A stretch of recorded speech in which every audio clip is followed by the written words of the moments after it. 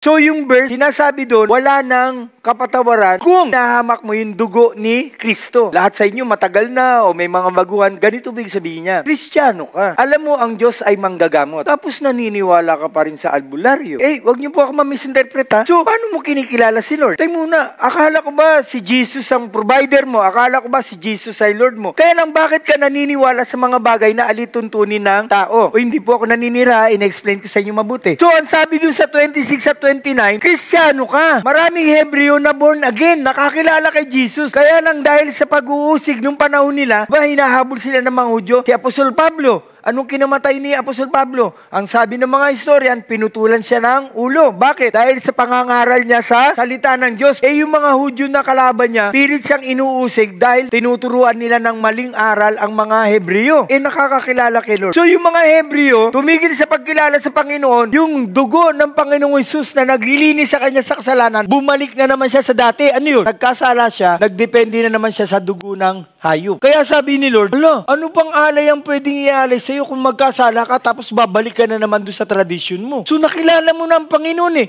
Ang Panginoon na naglilinis sa ating kasalanan, nagpapatawad sa ating kasalanan, tapos babalikan mo na naman yung tradisyon mo na kinaugalian. Maraming Kristiyano nahihirapan sa pananampalataya. Bakit? Kasi binubuno niya yung kaligtasan. Ano yung binubuno kaligtasan? Wala tayong kayang idagdag sa kaligtasan natin. Hindi tayo by merit. Hindi ka nag-o-offering dahil, pandagdag pogi point kay Lord. Hindi, pastor, bakit ikaw gumagawa ka ng mabuti? Ang nagagawa kong kabutihan dahil sa pagkilala ko sa Panginoon. So, nagbubunga siya ng mabuti. Hindi ako gumagawa ng mabuti para mapunta sa langit. Yung kaligtasan naranasan ko sa Diyos, nagtutulak sa akin, gumawa ng mabuti. Hindi ka gumagawa ng mabuti para ka maligtas. Naligtas ka, kaya ka nakakagawa ng kabutihan.